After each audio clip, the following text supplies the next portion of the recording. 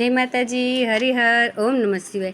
Sunrise seeds soul 777 channel में मैं अर्चना शुक्ला आप सबका स्वागत करती हूँ। जय श्री कृष्ण दोस्तों। जैसे कि आप सब लोग जानते हैं कि मैं एक सेवा केंद्र चला रही हूँ जिसमें हम गाय को चारा भी डालते हैं। तो आज के हमारे वीडियो का ये टॉपिक है कि गाय को चारा दिलाने के क्या फ़ायदे हैं। तो सबसे पहले गाय भगवान विष्णु को बहुत प्रिय है और इनकी सेवा करने से, इनको चारा खिलाने से भगवान विष्णु की कृपा हम पर बनी रहती है, लक्ष्मी नारायण की प्रसन्नता हम पे बनी रहती है, जिससे हमारे जीवन में धन धान्य की कोई कमी नहीं रहती। और हरा चारा हम बुधवार के दिन गाय को खिलाते हैं तो हमारा बुध ग्रह है वो बलवान होता है।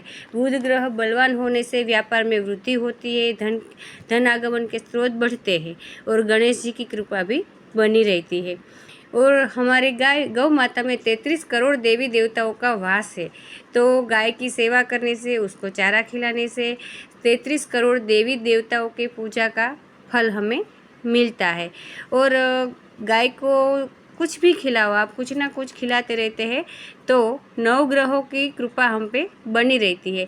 मैं एक ऐसा वीडियो भी बनाऊंगी कि गाय को क्या क्या खिलाने से हमारे ग्रहों की तकलीफ़ दूर होती है, लेकिन आज जनरल टॉपिक कि गाय को चारा खिलाने से क्या फ़ायदा होता है। तो नवग्रहों की कृपा बनी रहती है और केतु ग्रह से हमारे कुंडली में कोई पीड़ा है तो वो भी दूर होती है। गाय को हम अपने पितरों के नाम से कुछ देते हैं तो पितरों की कृपा बनी रहती है। जहाँ भी हमारा पितृलोक में जो निवास करते हैं हमारे पितृ, उनकी ब्लेसिंग हम पे बनी रहती है, उनको भी उनका पुण्य मिलता है।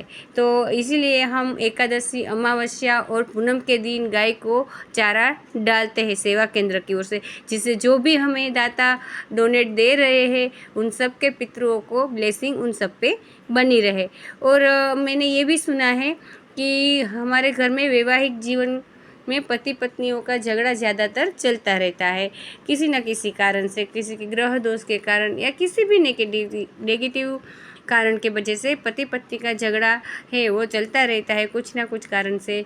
तो वैवाहिक जीवन की सुख शांति के लिए भी अपने वजन के बराबर का चारा हम गाय को खिलाते हैं। पति अपने वजन के बराबर खिला सकता है और पत्नी है वो अपने वजन के बराबर गाय को चारा डाल सकती है। तो ये देने से भी वैवाहिक जीवन में सुख शांति बनी रहती है और पति पत्नी के बीच में आपस में प्यार बना रहता है। वे पौराणिक कथा ये है, कितनी भी है, उसमें एक मैंने कथा सुनी हुई है कि दो लोग अंग्रेज़ों के ज़माने में गाय को अंग्रेज़ों को गौ मांस खाना था तो उसको लेके जा रहे थे। वो रास्ते में थकान के कारण आराम करने के लिए लेटे तो सपने में गौ माता ने जाके कहा कि तुम मुझे वहाँ ले जा रहे हो, मुझे मारेंगे, फिर काट के खाएंगे तो मुझे कितनी पीड़ा होगी। तो उस इंसान की आंखें खुल गई और उसका मन बदल गया। तो उसने क्या करा, गाय को छोड़ दिया और भगा दिया। फिर अंग्रेज़ों को गुस्सा आया तो उसने उसको सज़ा दी मौत की। तो जो दूसरा वाला था उसे तो कोई सज़ा नहीं मिली, लेकिन इसको सज़ा सुनाई गई। फिर इसने मन ही मन गौ माता से प्रार्थना की कि मैंने आपकी जान बचाई और उसका बदला मुझे मेरी जान देके चुकाना पड़ रहा है, तो आप अब मेरी जान बचाओ। फिर अंग्रेज़ों ने जो तारीख तय की थी उस दिन उसको फांसी की सज़ा लगने वाली थी। तो फिर फांसी लगाई, लेकिन जब वो नीचे उतारा तो वो जीवित था। तो फिर दूसरी बार उसे वहीं पे चढ़ाया तो फिर भी वो जीवित था। तो एक कानून है कि एक बार हम फांसी लगा ले और बच जाए तो फिर कानूनी कार्रवाई से ही दूसरी बार उसको फांसी चढ़ा दी जाती है। लेकिन उसने गलती की तो उसको भी सज़ा मिली। और इसको पूछा गया कि भाई तुम्हें दो बार फांसी लगाई फिर भी तुम जीवित कैसे हो। तो वो बोले मुझे कुछ मालूम नहीं, मुझे तो काला कपड़ा पहनाया गया था, लेकिन हाँ मुझे ये महसूस हुआ कि जब मैं फांसी लग रही थी मुझे, तब किसी की पीठ पे मैं खड़ा था जिससे मुझे कुछ नहीं हुआ। तो ये एक कथा में ये कहा गया है कि वो गाय माता ही उसके आगे खड़ी हो गई थी कि उसकी पीठ पे वो खड़ा हो गया और गौ माता ने उसकी रक्षा की है। मतलब कि गौ माता है वो हमारी रक्षा भी करती है। और हमारे कई पौराणिक कथा है जिसमें है कि कई कई बड़े बड़े पापों से भी मुक्ति मिलती है गौ माता की सेवा करने से। तो आप सबसे मेरी रिक्वेस्ट है कि हर रोज़ या कई कई दिन फिक्स तय कर लीजिए कि हमको गाय को कुछ ना कुछ हरा चारा खिलाना है। और आप सबसे रिक्वेस्ट है कि अमावस्या, एकादशी या पूर्णिमा के दिन तो आप गायों को चारा ज़रूर खिलाएं अपने पितरों के नाम से, जिससे वो जहाँ भी है वो सुख शांति से रह सकेंगे, उसको मोक्ष मिलेगा और उनकी ब्लेसिंग हम पर बनी रहती है।